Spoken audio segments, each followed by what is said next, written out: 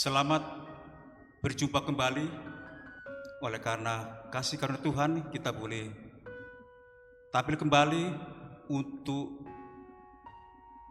satu pembahasan sangat bagus sekali pada saat ini, yaitu beberapa prinsip dari nubuatan. Baiklah, sebelum kita bahas, saya akan perkenalkan bicara kita, yaitu Bapak Pendeta Del Sompotan. Bapak DPCH-an akan membahas, memperinci judul daripada materi kita, yaitu beberapa prinsip dari nubuatan. Baik, sebelum kita akan mulai, tentunya kita akan berdoa. Bapak DPCH-an boleh pimpin dalam doa. Mari kita berdoa. Tuhan Allah, Bapa di sorga, kami membutuhkan pertolongan Tuhan.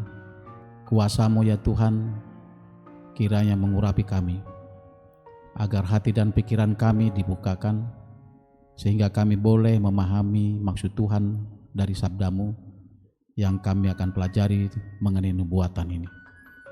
Kami tidak mampu menyampaikan ini tanpa ada kuasa daripada Tuhan. Untuk itulah ya Tuhan, kami mohon kehadirat-Mu, kiranya kuasa-Mu senantiasa yang menaungi kami untuk kami boleh sampaikan firman-Mu menjadi firman kebenaran, dapat dimengerti dan dipahami oleh banyak orang, sehingga nama Tuhan saja yang ditinggikan. Di dalam nama Yesus Kristus kami sudah berdoa. Amin. Tadi sudah disampaikan, judul kita adalah beberapa prinsip dari nubuatan. Banyak orang tidak mengerti, memahami nubuatan. Dua pembicara kita ini akan mengeksplor ya beberapa poin bagaimana kita bisa memahami akan prinsip-prinsip nubuatan. Sebagai ayat pendukung, yaitu di dalam Yeremia 9 ayat 24. Tetapi siapa yang mau bermegah, baiklah bermegah karena yang berikut ini, bahwa ia memahami dan mengenal aku atau Tuhan, bahwa akulah Tuhan yang menunjukkan kasih setia, keadilan dan kebenaran di bumi. Sungguh semuanya itu kusukai, demikianlah firman Tuhan. Jadi di sana ada keadilan, kebenaran, kasih, itu disukai oleh Tuhan. Waktu dan kesempatan diberikan pada Bapak Del Sompotan. Pada bagian yang pertama ini, pemirsa yang dikasihi Tuhan, kita belajar tentang beberapa prinsip dari nubuatan. Khususnya yang paling mendasar adalah bagaimana kita membaca nubuatan itu. Karena hanya dengan membaca kita akan mengerti. Kalau tidak membaca, kita tidak mengerti. Dan konsep yang lain yang perlu kita pahami bahwa Tuhan kita itu adalah Allah yang ingin dipahami oleh kita manusia. Komunikasi dari sorga begitu jelas kepada kita. Hanya kita manusia yang mungkin tidak mendapatkan metode yang tepat untuk memahami apa yang dikomunikasikan sorga kepada kita. Itulah sebabnya kita perlu untuk memahami itu dengan beberapa metode atau cara membaca daripada nubuatan. Dengan kata lain, dengan metode-metode membaca ini, maka kita akan dengan mudah untuk mengerti apa yang disampaikan oleh nubuatan. Saya ingin bagikan dalam pelajaran ini ada beberapa metode untuk membaca nubuatan atau membaca Alkitab. Karena dasar dari segala sesuatu adalah membaca firman Tuhan dengan niat hati yang ingin menyelidiki lebih dalam akan kebenaran ini. Metode yang pertama dari membaca itu adalah kita harus membaca firman Tuhan ini dengan cermat dan jujur. Cermat dan jujur adalah dua hal yang harus ada di niat hati kita ketika kita membaca akan firman Tuhan. Membaca teks-teks Alkitab ini seolah-olah itu baru dan tidak kita pahami. Sebagaimana anak yang kecil ketika dia mau membaca sesuatu, dia memang tidak tahu sama sekali. Jadi kita harus tiba pada perasaan seperti itu sehingga kita bisa memahami dengan niat untuk menyelidiki akan firman Tuhan. Yang kedua, kita perlu membaca dengan hati-hati. Jangan sembarangan membaca firman Tuhan. Membaca firman Tuhan harus dengan hati-hati. Apalagi ketika kita membaca nubuatan. Nubuatan Alkitab berisi informasi penting tentang nasib dunia ini, tentang saudara dan saya. Itulah sebabnya perlu membaca Alkitab ini dengan hati-hati. Para nabi dalam Alkitab dengan hati-hati, mereka menulis oleh inspirasi Roh Kudus. Mereka hati-hati memilih kata demi kata untuk dikomunikasikan pada kita. Kita yang membaca saat ini harus membaca itu dengan penuh kehati-hatian. Yang berikut, yang ketiga, membaca Alkitab atau firman Tuhan harus membaca dengan estetis. Apa maksudnya estetis? Bentuk-bentuk sastra dari teks ini yang perlu kita perhatikan akan membantu kita untuk menguraikan pekabaran nubuatan ini. Kita langsung masuk ke dalam contoh. Contoh Daniel 7, contoh Wahyu 13 dan Wahyu 14. Dalam Daniel 7 ada binatang yang keluar dari dalam laut. Daniel 7 ayat 1 sampai 3, ada singa, ada beruang, ada macan tutul, ada binatang dengan 10 tanduk, ada merebut kekuasaan, ada hari pendamaian, ada anak manusia. Dan dibandingkan dengan Wahyu 13 dan 14, ada juga binatang yang keluar dari dalam laut di sana, tepatnya di dalam Wahyu 13 ayat 1 bagian A. Kemudian ada binatang dengan 10 tanduk, Wahyu 13 ayat 1b, beruang, macan tutul, singa, merebut kekuasaan. Hari pendamaian di Daniel itu sama dengan pekabaran 3 malaikat di dalam Wahyu 14 ayat 1 sampai 13. Lalu ada anak manusia. Jadi harus membaca dengan estetis, bentuk-bentuk sastra dari teks yang mana ada struktur dan ada kesejajaran. Contohnya tadi di kitab Daniel dan kitab Wahyu ada kesejajaran dalam soal arti di sana. Lalu yang keempat, membaca secara kontekstual. Jadi ketika kita membaca Alkitab, firman Tuhan, mempelajari, mau memahami itu, karena Allah ingin dipahami, kita perlu memahaminya dengan kontekstual. Apa konteks sejarahnya? Bagaimana latar belakangnya? Apa peristiwa pertikaian militer antara tentara Babel Utara dan tentara Mesir Selatan di Karkemis? Bandingkan Daniel 1 ayat 1 dengan Yeremia 46 ayat 2 yang digunakan oleh Nabi Daniel sebagai pola nubuatan tentang peperangan eskatologis antara raja dari utara dan raja dari selatan di dalam Daniel pasal 11. Jadi ada konteks, ada latar belakangnya, ada sejarahnya. Ketika kita membaca harus juga membaca dengan konteks. Artinya kita perlu dukungan bahan-bahan bacaan yang lain untuk menolong kita memahami konteksnya dari firman yang kita baca, khususnya nubuatan. Dan yang terakhir, yang kelima adalah membaca secara intertekstual. Apa maksudnya ini membaca secara intertekstual? Mengingat bahwa teks nubuatan yang kita baca ini adalah penafsirnya sendiri. Ingat bahwa Alkitab menafsirkan dirinya sendiri. Maka penting untuk mencari makna dari teks, terutama dari dalam teks itu sendiri. Penting untuk mencari maknanya. Dan Ellen White menuliskan kepada kita bahwa kitab suci ini digemakan juga oleh Martin Luther. Kitab suci menafsirkan dirinya sendiri. Salah satu bagian yang penting yang perlu kita pahami, biarlah Alkitab itu menerangkan dirinya sendiri. Itu namanya intertekstual, mencari teks di dalam Alkitab untuk menerangkan dirinya sendiri. Kembali lagi, kenapa kita perlu mengetahui metode-metode membaca ini? Supaya ketika kita membaca, kita akan paham apa yang kita baca, kita mengerti dengan secara keseluruhan apa yang kita baca, dan ingat bahwa Allah itu adalah Allah yang Dia mau supaya kita memahami Dia. Bahasa dari sorga sudah jelas lewat nabi-nabinya. Tinggal bagaimana kita berusaha untuk memahami apa yang Dia inginkan, apa yang Dia mau terjadi di dalam kehidupan di sejarah dunia ini. Kita perlu untuk memahami itu. Terima kasih, luar biasa penjelasan dari Bapak Pendeta Del Sempotan.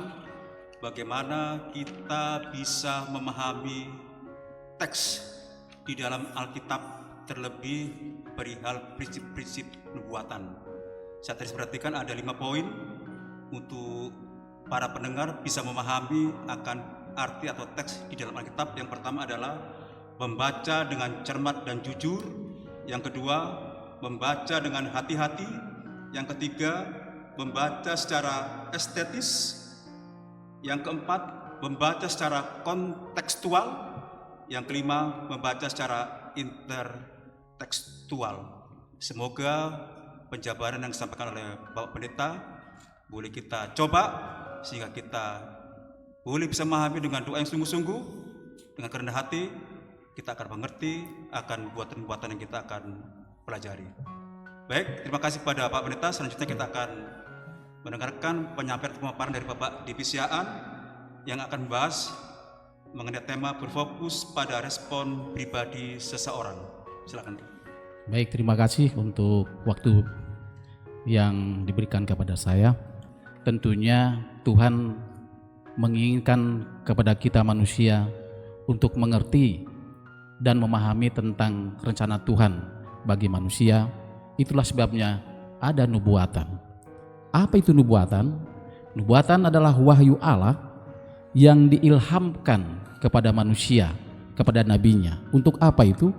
Adalah untuk supaya kita tahu apa yang akan terjadi dan apa yang belum terjadi dan apa di sana kejadian tersebut.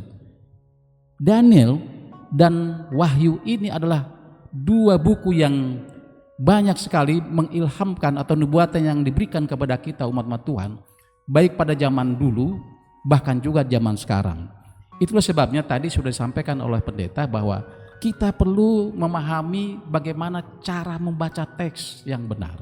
Sebab barang siapa yang membaca dengan benar, kita akan memahami dan kita akan mengerti bagaimana maksud Tuhan di dalam nubuatan ini. Salah satu contoh saudara-saudara dalam firman Tuhan ini, ketika Daniel menerima wahyu atau nubuatan dari Tuhan itu, di dalam pelajaran ini ada dikutip dalam Daniel pasal 12 ayat 4. Tetapi engkau Daniel, sembunyikanlah segala firman itu dan materaikanlah kitab ini sampai pada akhir zaman.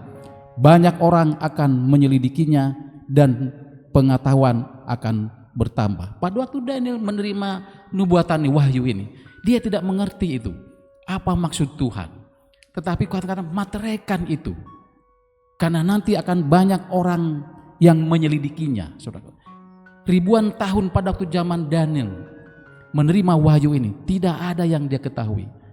Tetapi berjalannya dengan waktu, bahwa ilmu pengetahuan bertambah-tambah, maka kegenapannya dalam Wahyu pasal 22 ayat 10.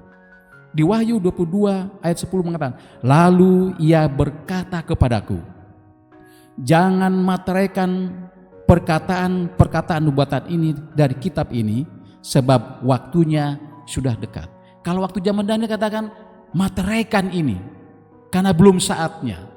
Tapi dalam buku Wahyu pasal 22 ya, dikatakan jangan materaikan perkataan ini, nubuatan ini dari kitab ini, sebab waktunya sudah dekat. Saudaraku, kita melihat sekarang bahwa ilmu pengetahuan sudah bertambah-tambah.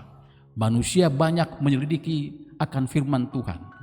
Manusia menerka-nerka siapa Yesus itu, bagaimana Yesus bisa mati, untuk siapa Yesus mati. Banyak sekarang, saudara lihat itu.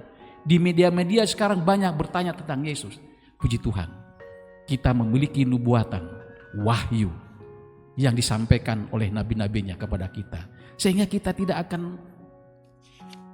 akan pusing untuk mengetahui sejarah ini, karena kita mempelajari nubuatan tadi, mempelajari firman Tuhan dengan benar, maka kita akan diberikan kuasa untuk mengerti. Karena firman Tuhan dikatakan dalam 2 Timotius pasal 3 ayat 16, segala tulisan yang diilhamkan Allah memang bermanfaat untuk mengajar, untuk menyatakan kesalahan, untuk memperbaiki kelakuan, dan untuk mendidik orang dalam kebenaran. Berbahagialah saudara-saudara kita semua yang mempelajari nubuatan ini, karena kita akan diberikan pencerahan oleh Tuhan bagaimana kita hidup dari mulai sekarang dan sampai yang akan datang. Terima kasih, luar biasa penjelasan dari Bapak Divisiaan, bagaimana kita bisa berfokus pada respon pribadi seseorang. Sebagaimana tadi pengalaman daripada Daniel, tentunya kita tidak akan susah untuk bisa mengerti akan nubuatan dalam Alkitab bila mana kita sungguh-sungguh untuk belajar membaca pada firman Tuhan di Alkitab. Dari pembahasan ini ada satu pertanyaan Pak Pendeta. Tadi sudah dibacakan tadi mengenai 2 Timotius 3 ayat 15 dan 17. Bisa dibacakan Pak Pendeta? Baik, saya bacakan. 2 Timotius 3 ayat 15, 16 sampai 17. Ingatlah juga bahwa dari kecil engkau sudah mengenal kitab suci yang dapat memberi hikmat kepadamu dan menuntun engkau kepada keselamatan oleh iman kepada Kristus Yesus. Ayat 16, segala tulisan yang diilhamkan Allah memang bermanfaat untuk mengajar, untuk menyatakan kesalahan, untuk memperbaiki kelakuan, dan untuk mendidik orang dalam kebenaran. Ayat 17, dengan demikian tiap-tiap manusia kepunyaan Allah diperlengkapi untuk setiap perbuatan baik. Begini Pak Pendeta, kadangkala pada waktu kita sering membaca Alkitab hanya begitu aja lewat, tidak ada ilmu sama kita. Kadang-kadang kita juga baca Alkitab, kita nggak mengerti. Di dalam 2 Timotius 3 ayat 15-17 sana katakan untuk mendidik. Ya. Mungkin bisa menjelaskan dari Kejadian 2 Timotius 3 15-17 apa kata-kata kunci yang bisa memberikan pemahaman, motivasi kepada saya, kepada pendengar, sehingga kami boleh rindu, termotivasi untuk membaca dan belajar dan menghidupkan firman Tuhan, Pak Pendeta. Baik, terima kasih Pak Ulet. Ini pertanyaan sangat bagus. Langsung aplikasi, bagaimana cara kita membaca firman Tuhan, lalu kita mengambil kata kunci dari sana. Pemirsa yang dikasihi Tuhan, kalau pemirsa ada Alkitab, coba buka di dalam 2 Timotius 3 ayat 15, 16 dan 17, 3 ayat yang sudah kita baca tadi. Mari temukan kata-kata kunci di dalam ayat-ayat ini. Saya secara pribadi menemukan ada 4 kata kunci di dalam 3 ayat ini. Kata kunci yang pertama adalah tentunya di ayatnya yang ke-15, penekanan kata kunci utama di sana adalah kitab suci. Kata kunci di ayat 15, kitab suci. Kemudian kata kunci yang lain ada hikmat. Lalu kata kunci yang lain ada diberikan. Ya. Lalu ada kata kunci yang lain diperlengkapi. Ini adalah kata-kata kunci dari 3 ayat ini. Yang mana dari 3 atau 4 kata kunci ini kita bisa mengeksplor akan firman Tuhan ini lebih dalam lagi. Kata kunci merupakan jendela pembuka terhadap pembelajaran firman Tuhan lebih dalam lagi. Terima kasih Pendeta, sudah jelaskan kata-kata kunci di dalam 2 Timotius 3 ayat 15 dan 17. Bolehlah nanti pemirsa mencoba kata-kata kunci yang disampaikan Pak Pendeta, sehingga menambah semangat kita untuk lebih rajin membaca dan menyelidiki Alkitab. Terima kasih kepada Pak Pendeta. Mungkin dari pelajaran kita ini Pak Pendeta bisa memberikan satu kesimpulan. Baik, terima kasih. Kesimpulan secara singkat dari pelajaran sekolah sahabat kita yang pertama di triwulan ini, yang judulnya adalah simbol, gambaran, kiasan, cara mempelajari nubuatan Alkitab. Pelajaran yang pertama ini, penulis pelajaran sekolah sahabat menuntun kita untuk bagaimana caranya kita mengerti prinsip-prinsip dari nubuatan ini. Nomor 1 yang paling utama adalah membaca. Bagaimana cara kita membaca firman Tuhan atau nubuatan ini. Kenapa? Karena membaca ini sangat penting untuk memahami tentang Allah, untuk memahami tentang nubuatan. Nomor 1 yang perlu kita ingat adalah membaca. Mempelajari firman Tuhan berarti membaca firman Tuhan. Metode-metode membaca harus kita pahami. Lalu kita akan tiba pada satu pemahaman yang baik menggunakan prinsip-prinsip Alkitab, mengerti tentang nubuatan dari kitab suci ini. Kita bisa membedakan mana hiasan, mana harafiah, dan yang lain-lain. Dan itu kabar baiknya kita bisa lakukan dari tempat kita masing-masing. Terima kasih kesimpulan yang sudah diberikan kepada kita, terlebih kepada para pendengar, sehingga memberikan satu manfaat untuk menjadi umat-umat yang setia kepada Tuhan. Oleh karena kita sudah dibekali bagaimana kita bisa memahami firman Tuhan terlebih dalam nubuatan pada Alkitab. Baik, sebelum kita akan tutup, Pak Pendeta boleh menutup, kita doakan pendengar agar selalu haus akan kebenaran, rindu untuk membaca dan mempelajari firman Tuhan. Pak Pendeta boleh menutup. Mari kita berdoa. Terima kasih Tuhan untuk pelajaran sekolah Sabat yang telah kami bahas.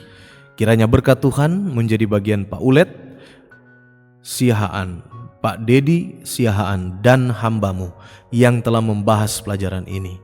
Kami juga ingin berdoa untuk pemirsa kami di channel-channel kami, baik di Facebook, akun, page, maupun di YouTube. Tuhan memberkati semua yang menyaksikan siaran ini. Diberkatilah semua pemirsa kami dalam keluarga, dalam pekerjaan, dalam pelayanan, dan biarlah semua pemirsa kami boleh mengambil manfaat dari tayangan ini untuk lebih setia kepada Tuhan dan siap untuk kedatangan Kristus yang kedua kali. Ini doa kami, dalam nama Yesus kami berdoa. Amin. Demikian pembahasan kita pada saat ini. Sampai jumpa, Tuhan memberkati.